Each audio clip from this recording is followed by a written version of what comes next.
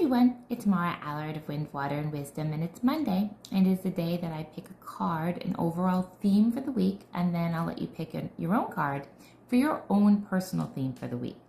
Now, the question I've asked the cards is, what is your invitation for your soul? So when I picked a general card, what is the overall invitation for anyone watching this video, soul, this week? And I picked a charm as well. And then when you pick your own card, it is the same question.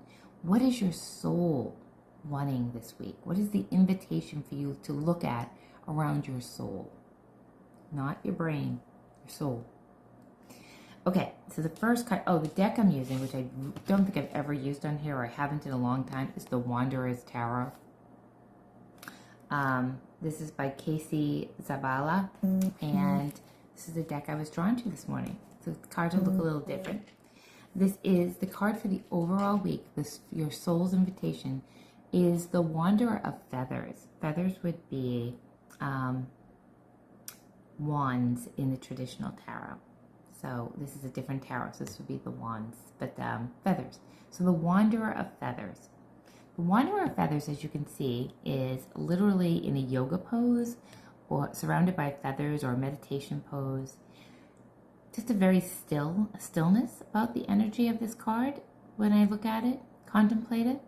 And the message behind this card is the individual is looking to connect on a deeper level, consciously, spiritually, all around. So like this meditative fluid pose, your soul is asking you to consciously connect this week to nature, to your passions, to your creativity, to something that's been calling you, that little nudge that says, try this new recipe, go for the walk this way, try posting for that new job, try writing a poem this week. Whatever that creative nudge, take a meditation class, read a poem, whatever that creative inspiration that nourishes your soul, that's what this Wanderer of Feathers is asking. And the charm I picked, which is so sweet, is a rocking horse, which just reminds me of, just think of that back, and whatever a rocking horse means to you, if you have a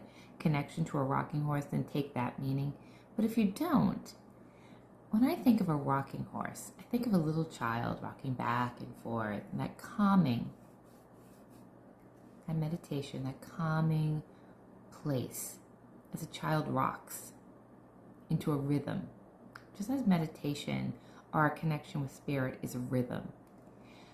Or just the creativity of a child that hasn't been influenced by anything else.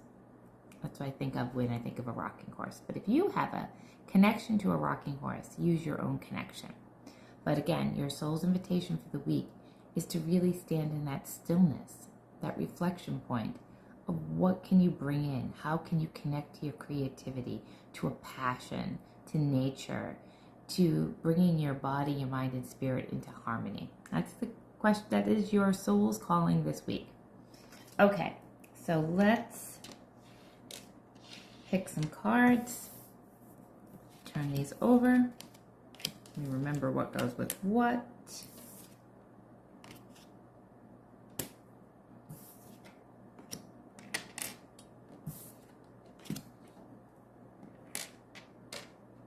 Okay, I'm ready. Let me turn this down.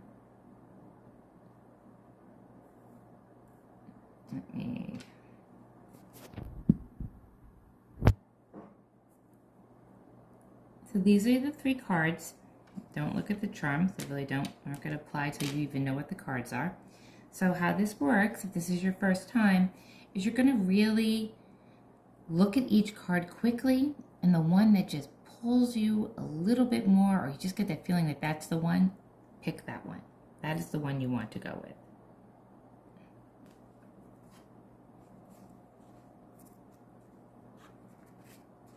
Okay? Pick your card, commit to it, and let's go. If you picked this card, these are moons. So moons would be, these are stones. Sorry, this is the 7 of stones.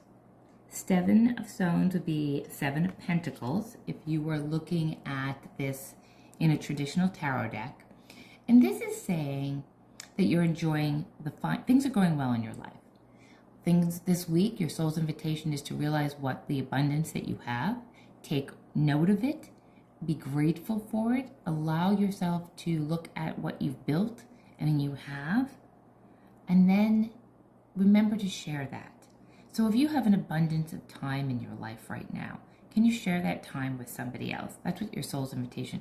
If you have an abundance of money right now, or a surplus of food, or something that you have a lot of, can you share that with another person? Is there a way you can give this week from some of your wealth, whatever that wealth is that you have?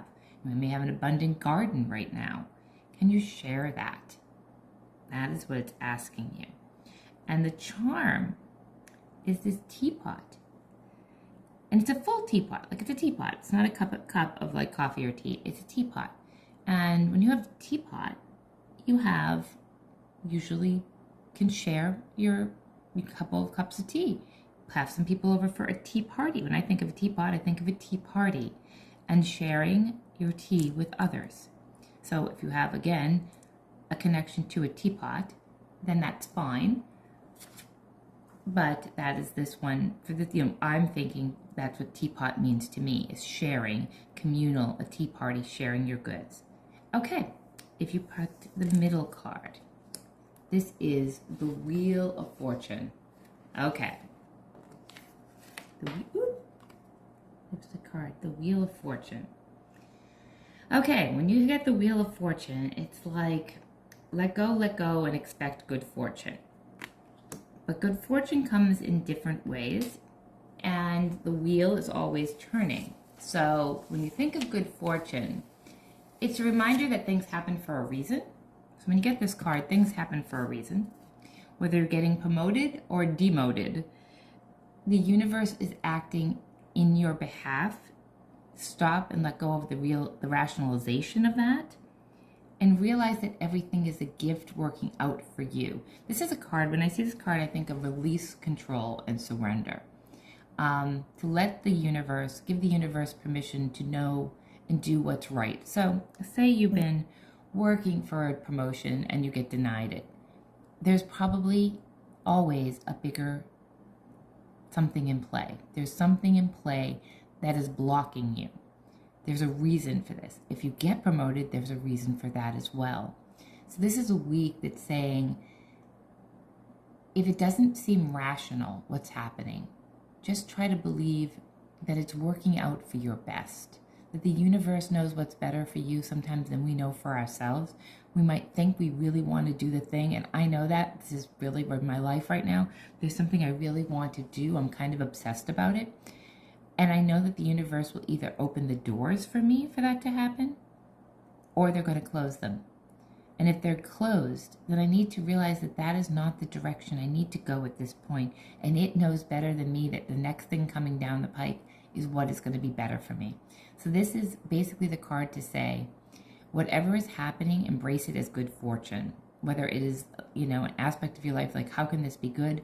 Realize that it will be good in the end, that this is a blessing. Sometimes the hardest things that happen are actually the best things. Or this could also say, it's going to be great. Great things are going to happen this week. But no, whatever happens, your soul is telling you that it's all working out how it should be. And this charm was a bow. So bows to me, if a bow means something to you, or then leave it for what you are. But I'm like tying it up, a ribbon, a gift, a present, whatever is being given and served up to you this week, think of it as a gift. When I think of a bow, I think of a gift. It goes on a gift, it goes on a present, and it's being served up to me this week. How can I look at everything I receive this week, whether it is positive or negative, as working out my best for my best? And lastly, we have the Seven of Feathers. So you can see a fire, a burning. Feathers, again, are like wands. This is, okay, if you've been getting the cards before that say time for things to go, this is, again, another reminder. This is, as you can see, a fire burning a pile of feathers. As one raises from the flames and turns to ash, there is an element of your life that is holding you back from creative fulfillment. Whether it's a habit, a negative thought, a pattern, a person, a sacrifice is needed in order to continue moving forward on your path. Okay, we've had a lot of these cards, and this is just another one.